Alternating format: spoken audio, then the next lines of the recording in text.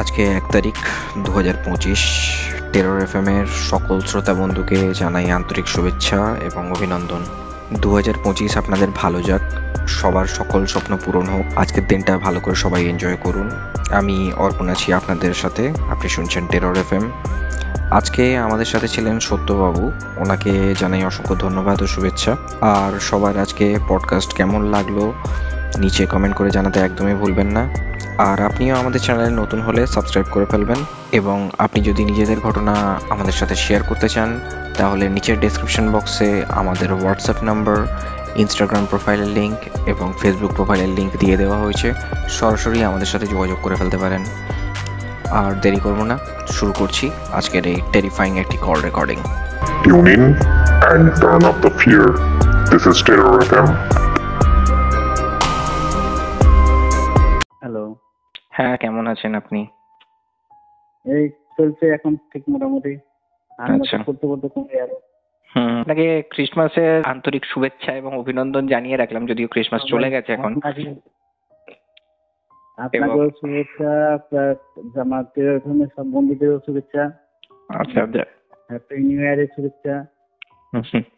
তো আপনাকেও জানাই হ্যাপি নিউ ইয়ারের আগাম শুভেচ্ছা এবং অভিনন্দন। আপনার পরিবারকেও আগাম শুভেচ্ছা এবং অভিনন্দন জানিয়ে আজকে পডকাস্ট শুরু করব। রেকর্ডিংটা শুরু করার আগে আমি আর কিছুক্ষণ যে কথা হলো আপনার সাথে, তাতে জানতে পারলাম যে আপনি মুকুন্দপুরে একটা সময় কাজ করতেন এবং কাজ করতে গিয়ে আপনি কিছু মুকুন্দপুরে কাজ করতাম না, মুকুন্দপুরে ঘটনাটা ঘটেছিল। আচ্ছা, ঘটনাটা ঘটেছিল সল্টলেক টেলিফোন এক্সচেঞ্জ, সেখানে আমি কাজ করতাম। আর সেখানে যে মুকুন্দপুরে যে ভদ্রলোকের বাড়িতে ঘটনা ঘটেছিল, সে ভদ্রলোক সল্টলেক স্টেডিয়ামে ওনার একটা এসটিডি বুথ ছিল। আচ্ছা, ঘটনাটা কিরকম ভাবে শুরু হয়েছিল বা কি হয়েছিল যদি আমাদের ডিটেলস একটু বলেন। আচ্ছা, ঘটনাটা তাহলে আমাদের অনেকদিন পিছিয়ে যেতে হয়। সেটা হচ্ছে 2004 সাল, তখন আমি সিটি কলেজে পড়ি কলকাতায়। আচ্ছা, সেকেন্ড ইয়ারে পড়ছি। পড়ার সঙ্গে সঙ্গে আমি বিএসএনএল এ তখন পিসিও মানে এসটি বুথের খুব আমার ব্যবসা চলছে তখন। এত স্মার্টফোন বা ফোনের চল আসেনি তখন। ওই 2 টাকা দিয়ে বা একটা কয়েন ফেলে কথা বলতো। হ্যাঁ, এসটিডি বুথ। আচ্ছা, হ্যাঁ, এসটিডি বুথ। তো সল্টলেক স্টেডিয়ামের মধ্যে এরকম 2-3টে বুথ ছিল। আর 24 নম্বর র্যাঙ্কের নিচে এক ভদ্রলোকের দোকান ছিল। সে ভদ্রলোকের যে মহিলা পেয়েছিলেন সরকার থেকে, ভদ্র মহিলা অন্ধ ছিলেন। আচ্ছা। তো আমি অফিসে জয়েন করার পর আমাকে অফিসে বললো যে সত্য তুমি একবার স্টেডিয়ামে যাও, স্টেডিয়ামে আমার একজন কানেকশন নেবে বিএসএনএল এর, তো তুমি একটু কথা বলো। আমি যখন প্রথম দিন যাই, গিয়ে দেখলাম একজন ভদ্র মহিলা, এত সুন্দর দেখতে। ভদ্রমহিলা বয়স তখন 35-36 হবে। আমি তখন কলেজে পড়ছি। কালো চশমা পরে বসে আছেন। আচ্ছা, একজন বয়স্ক লোক বসে আছেন, পাশে একটা 3 বছরের বাচ্চা বসে আছে। তো আমি গিয়ে জিজ্ঞাসা করলাম যে এটা কি গোলাপী দাস, মানে ভদ্রমহিলার নাম ছিল গোলাপী দাস। গোলাপী দাসের বলছে হ্যাঁ। ও কোথা থেকে আসছে না, আমি বিএসএন থেকে এসেছি। তো উনি ভদ্রমহিলা হাসি খুশি, কিন্তু চশমা খুলছেন না উনি। তখন আমি জানতাম যে উনি অন্ধ। এত সুন্দর দেখতে অর্পণ ভাই। তখন তো কলেজে পড়ছি, তো সত্যি যে কোনো ছেলে দেখলে ওই মেয়ে মানে বৌদিকে পছন্দ করে, এরকম এত সুন্দর দেখতে। ভদ্রলোক হাসবেন, বয়স্ক লোক, যেহেতু অন্ধ ছিলেন তাই জন্য উনি ওকে বিয়ে করেছিলেন। তো আমি কাজের সূত্রে অনেক ডকুমেন্টস নিলাম, নিয়ে যাতায়াত বাড়লো।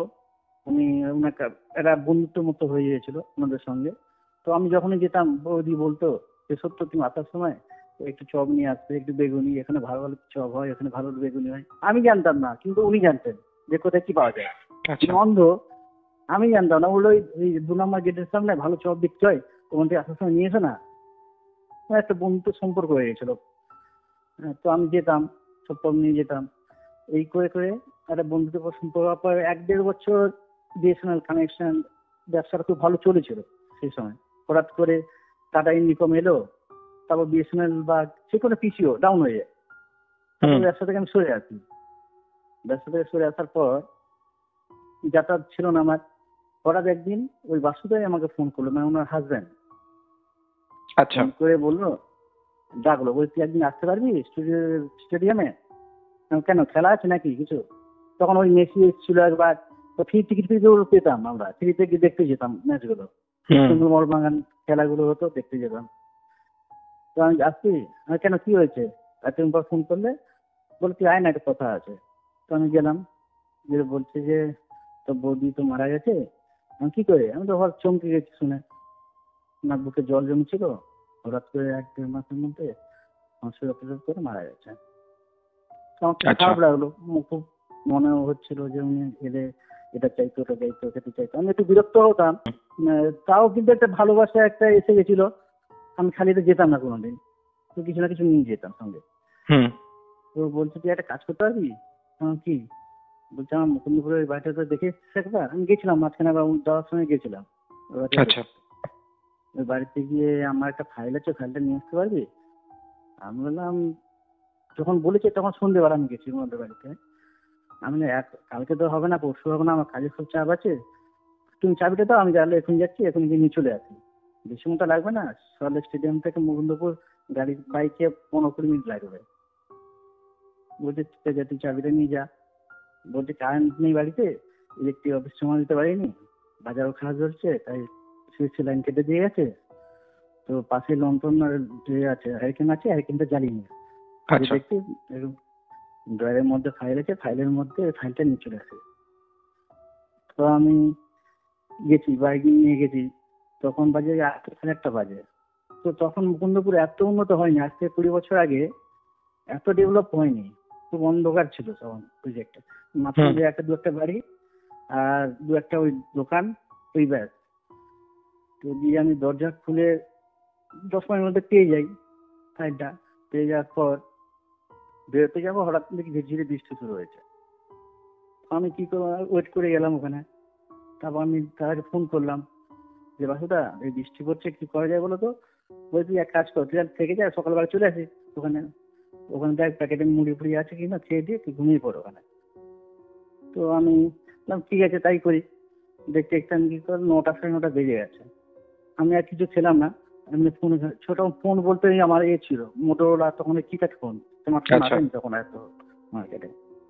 ওই কিপ্যাড ফোন ঘাঁটতে ঘাঁটতে দরজার জানলাটা বন্ধ করে, বৃষ্টি ঝাড়া পুরো বন্ধ করে আমি শুয়ে পড়েছি।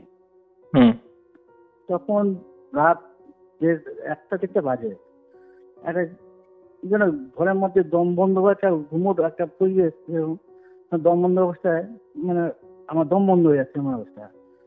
তখন ঘুম থেকে জানলাটা খুলে দিলাম, খুলে দিয়ে সাইকেলটা জ্বালানো ছিল, লাইটটা বাড়িয়ে দেবে, বাড়িয়ে দেওয়ার পর আবার বাথরুম থেকে এসে আবার শুয়ে পড়েছি।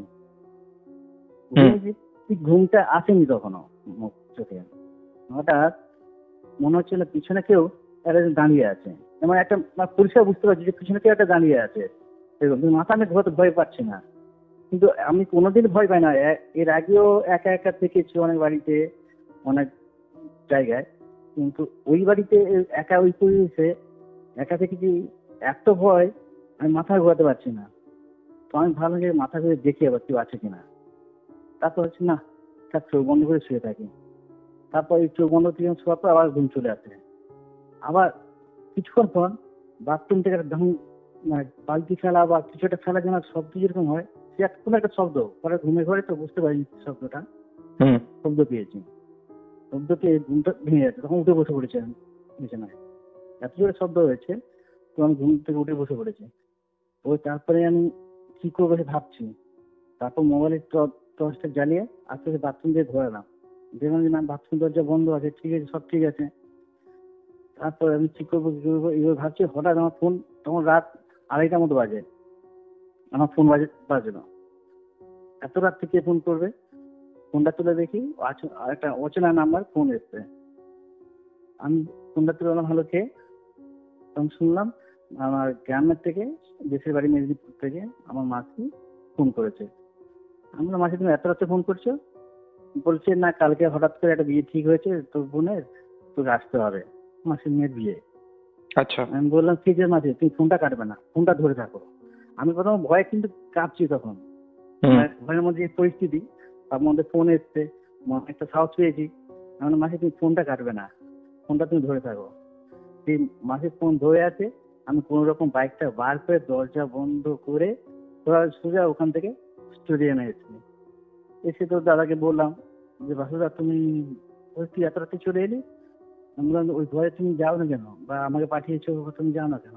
বলছে আমি গিয়ে ঘুমোতে পারি না বাড়িতে কোনোদিন, যেদিন গেছি মনে হচ্ছে কে যেন আমার কাছে দাঁড়িয়ে থাকে, তার জন্য আমি যাই না, তার জন্য তোকে পাঠিয়েছিলাম আনতে। আমি তারপর থেকে কোনোদিন যাইনি ওই বাড়িতে, তো বৌদি মারা যাওয়ার পর ওই বাড়িতে আমার কোনোদিন যাইনি। আমি তাহলে তুমি কি করবে এবার বাড়িটা? তুমি কোনোদিন যাবে না? বলছে আমি ভাবছি বাড়িটা কি করবো, বিক্রি করে দেবো কিনা ভাবছি। তারপর আমি জানি না কি হয়েছে, বাড়িটা বিক্রি করে দিয়েছে কিনা, সেই আমি ওখান থেকে চলে এসেছি, আর যোগাযোগও রাখিনি। পরে মানে যাই না, আবার ভয় কোনো ভূতের এক্সপিরিয়েন্স হবে তার জন্য আমি আর যাইনি ভয়েতে। আপনি যখন শুয়েছিলেন আপনার কি মনে হয়েছিল পেছনে কেউ শুয়ে আছে না কেউ দাঁড়িয়ে আছে? দাঁড়িয়ে আছে একদম পরিষ্কার পরিষ্কার, অত মানে মিথ্যাটা বলবো না, কেউ একটা দাঁড়িয়ে আছে। এবং সেই যে এক্সপিরিয়েন্সটা কি আসছে 20 বছরের ঘটনা, এখন বলছেন যে শর্টে বলে দিলাম আমাকে।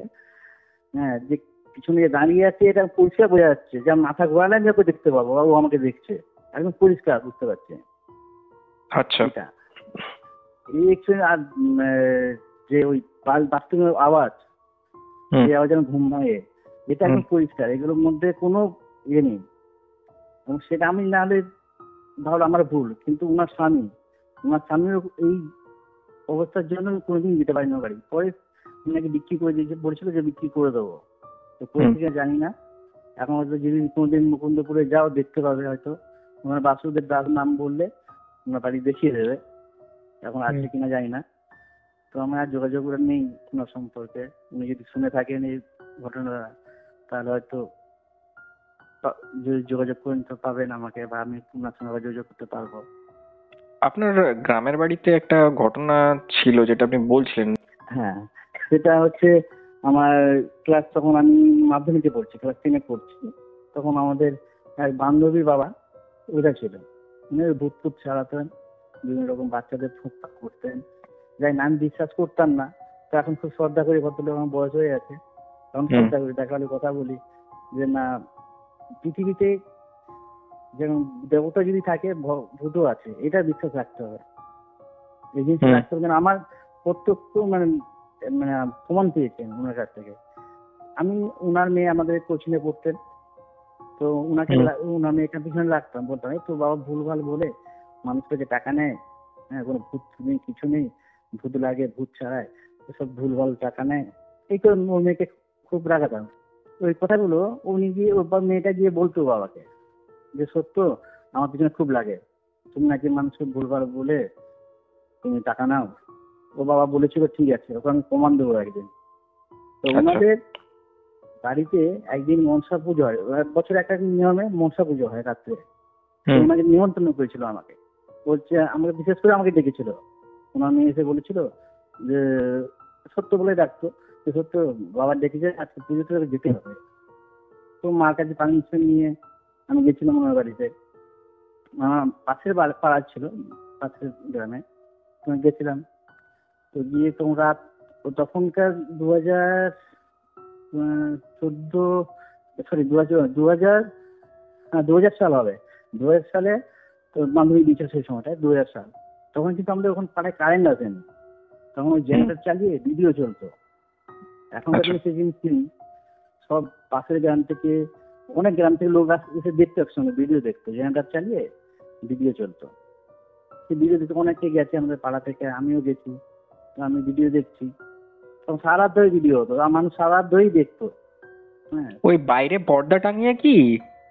না না না, ওটা টিভির মতো, এখন যে আমাদের টেলিভিশন, এখন তো স্মার্ট টিভি হয়ে গেছে, তখন আগের টিভি গুলো যে ছিল সেম টিভি, বাক্স টিভি, যেগুলোতে বাক্স থাকতো পুরো, বাক্স টিভি ছিল। আর ফিটা ছিল তোমার ক্যাসেট, বড় বড় ক্যাসেট, তো ওই ক্যাসেট চালিয়ে সারা রাত ধরে ভিডিও, 3-4 ফিল্ম হতো, সারা রাত দেখতো না, তো ওই চলতো। তখন রাত 12টার মতো বাজে, একটা ভালো ইন্টারেস্টিং ফিল্ম চলছে, ভালোভাবে মনে হচ্ছে যে আমার কি ফিল্মটা চলছিল, তখন জামাই রাজা বলে খুব চলছিল অনিল কাপুরে, মনে আছে ভালোভাবে। তো আমাকে ডাকলো, বলছে বাবা ডাকছে চল পুজো দিতে যাবি, তুই সঙ্গে লণ্ঠন নিয়ে যাবি। আমি বললাম ঠিক আছে। আমি তখন জানি না যে বাবা কি মনে কি ফোন নিয়ে এসেছে। আমার বললো তুই লণ্ঠনটা ধর, আর সামনে একটা লাঠি দিয়েছে হাতে, হাতে লাঠি রাখ, এক হাতে লন্ঠন, হাতে লাঠি নিয়ে সামনে চল, আমি পিছনে পুজোর জিনিসপত্র নিয়ে যাচ্ছি। আমি কোথায় যাবে? বলছে ওই বাগানে যেমন মন্দিরটা, ছোট মন্দিরটা হচ্ছে, ওই মন্দিরে পুজো দেবো, তারপর বাড়িতে পুজোটা শুরু হবে। ঠিক আছে চলো। ওর বাড়ির থেকে প্রায় 200 মিটার দূরে একটা বাগান, মানে সব রকম গাছ ছিল, বাঁশ ঝাড়, আম গাছ, জাম গাছ, জঙ্গলের মতো ঘেরা। মাঝখানে ছোট্ট একটা চালা দিয়ে একটা মন্দির ছিল, সব মনসা মন্দির ছিল। তো ওখানে গেছি। আমার ব্যাগের মধ্যে একটা কালো মুরগি ছিল, তারপর পুজো সব সরঞ্জাম ছিল। তো ওগুলো নিয়ে গিয়ে ওই মন্দিরের সামনে রাখলো। আমাকে বললো তুই মন্দিরের সামনে বস, ওখানটায় চাতালে, সব মাটির ছিল, বললো চাতালের মধ্যে বস, আমি বাইরেতে মন্দিরের সামনে পুজোর আয়োজনটা করছি। তো বাইরে উনি একটা দাগ ফাগ কেটে ছুরি ফিঁদুর দিয়ে, ছোট্ট একটা ছুরি, বেশি হবে না, পুরো 1 আঙ্গুলের মতন লম্বা ছুরি, ও মাঝখানে গেঁথে দিয়ে চলে এলো। ওখানে লণ্ঠন বসিয়ে দিয়ে মোমবাতি জ্বালিয়ে দিয়ে চলে যাচ্ছে। এসে আমাকে বললো তুই এক কাজ কর, তুই ছুরিটা তুলে নিয়ে আয়, মুরগিটাকে এবার কাটতে হবে, রক্ত দিতে হবে, কাটতে হবে। আচ্ছা, ঠিক আছে যাচ্ছি। তখন বিশ্বাস করে আমি গেছি, যে ছুরিটা বেশি বড় নয়, কিন্তু মাঠে পোতা আছে। আমি প্রথমে হাত হালকা ভাবে তুললাম, খুব শক্ত। কি হলো, ছোট ছুরি একটা মাঠে পোতা আছে, ও এক হাতে পুঁতেছে, হালকা ভাবে ভেবেছি, হালকা ভাবে তুলতে গেছি, শক্ত, তুলতে পারিনি। পুরো হাত মুঠো করে তুললাম, তাও পারছি না। তখন আমার গা কিন্তু ভয় লাগছে, আমার খুব ভয় লাগছে আমার। তখন 2 হাত দিয়ে বলছে কি হলো রে তোল। বাদলদা, ওর নাম বাদল ছিল। আমি বাদলদা তুলতে পারছি না তো। বলছে তুই চেষ্টা কর না, তুলতে পারবি। আমি 2 হাত দিয়ে যখন করছি, তখন তুলতে পারছি না। তখন আমার ভয়, দৌড়ে চলে এসেছি ওনার কাছে। তখন আমার ভয় লেগেছে, তখন দৌড়ে চলে এসেছি ওনার কাছে। আমি তখন এসে জড়িয়ে ধরেছি। আমি বাদলদা কিছু ভয় লাগছে। বলছে তুই বলি না, তুই বিশ্বাস করিস না কিছু মন্ত্রতন্ত্র, চল আমার সঙ্গে চল, আমি তুলবো। উনি গেলাম ওনার সঙ্গে, উনি 1 আঙ্গুল ধরে এমনি হালকা করে তুলে নিল। আমি এটা কি করে হলো বলে তো পরে বলবো, কাল সকালে। তারপর উনি বাকি পুজো টুজো করে, আমি তো পুজোর মধ্যে নেই, আমি চুপচাপ চোখ বন্ধ করে ওনার পিছনে খালি গামছা ধরে বসে আছি। আমি পুজো টুজো করে ফিরে এলো। তারপর বাড়িতে এসে মেয়েকে বলবো ঘুমতে টিভি দেখা না, আর ভিডিওটা দেখা না, ও ঘুমতে দেয়। আমি তারপরে বলেছিল যে দেখ মন্ত্র আছে, কিছু কিছু আছে, বিশ্বাস করতে হয়, বিশ্বাস করলে অনেক কিছু আছে, বিশ্বাসে সবকিছু। আর তুই যেটা ভাবছিস যে কিছু নেই, এটা একদম ভাববি না। যেরকম ভগবান আছে সেরকম ভূত আছে, আর মন্ত্র তন্ত্র সবই আছে, সব বিশ্বাসের উপর আছে। এই দুটো ঘটনা আমার খুব। আচ্ছা, পরদিন এসে কি বলেছিলেন উনি, মানে ওই কেসটা কি করেছিলেন? উনি বলছিল যে মন্ত্রের জন্য আমি ওর মন্ত্রে নিয়ে পুঁতে রেখেছিলাম, মন্ত্র দিয়ে উনি মন্ত্রপুত করে রেখেছিল, যাতে কেউ কেউ তুলতে পারবেন না। আচ্ছা, ওই ছুটির মধ্যে কিন্তু বেশি বড় ছুটি না। আমি এখনো মাঝে ভাবি, ওনার সঙ্গে এখনো দেখা হলে কথা বলি, যে বাবা কি চলছিল, কি ছিল, এটা কি কোনো জাদু ফাদু করেছে রেখেছিলে আমাকে, নাকি আমার মাথা কোনো কিছু করে রেখেছিলে? বলছে না রে, এগুলো আছে, তুই যদি আবার প্রমাণ চাস তোকে আর তোর প্রমাণ দেখাবো। আমি না, আর যাবো না তোমার প্রমাণ দেখতে। বাবা সেই থেকে আমার একটু প্রতি ওই মন্ত্রতন্ত্রের প্রতি একটু বিশ্বাস জেগেছে আজকে, হয়েছে যে না কিছু আছে। ঠিক আছে সত্যদা, ভালো লাগলো আপনার সাথে কথা বলে। আপনার কি কিছু বলার আছে আমাদের দর্শকদের বা আমাদের শ্রোতাদের? না, দর্শকদের এক কথা বলতে চাই, আমি খুব স্পিডে বলে গেলাম। আমি তো ভালো বক্তা নই, ভালো কথকও নেই, ভালো ঘোষকও নেই, জাস্ট বন্ধু হিসাবে যেরকম গল্প করি চায়ের আড্ডায়, সেরকম একটা গল্প বলে গেলাম। আপনারা কিভাবে নেবেন, কিভাবে বিশ্বাস করবেন, সেটা আপনাদের ব্যাপার।